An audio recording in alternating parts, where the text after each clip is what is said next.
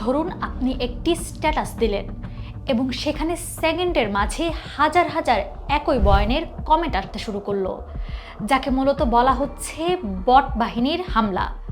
আপনার কি মনে হয়, কমেন্ট বক্সে আসা আপনার সাথে যে মানুষটি তর্ক করছে সে আসলেই কোনো মানুষ নাকি একটি কোডিং বা সফটওয়্যার?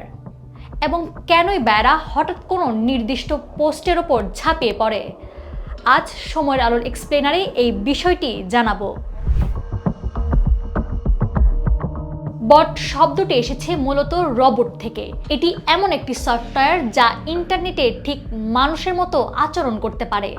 হাজার হাজার আইডিকে নির্দিষ্ট উদ্দেশ্যে, যেমন কাউকে গালি দেওয়া, প্রোপাগান্ডা ছড়ানো কিংবা কারো অহেতুক প্রশংসা করতে এদের নামানো হয়। তবে এই বাহিনী মূলত দুই ধরনের। প্রথমটি অটোমেটেড বট। এরা পুরোপুরি কম্পিউটার চালিত।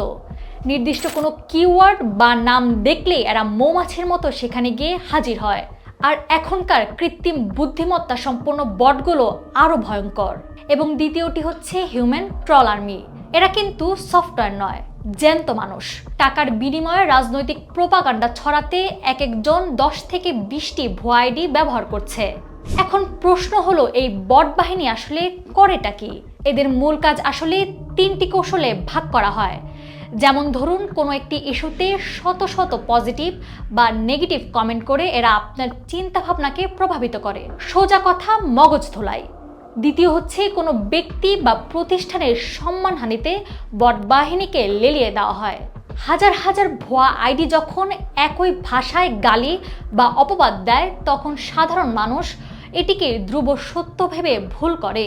এবং সবচাইতে ভয়ঙ্কর হচ্ছে, কোনো আইডি বা পেজ বন্ধ করতে এরা দল বেঁধে রিপোর্ট শুরু করে।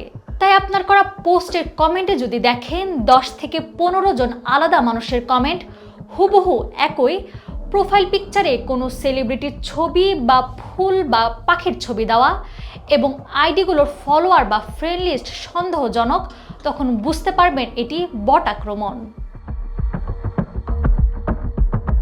আমি নাওয়ার সালসাবিল দুর্দানা, সময়ের আলো।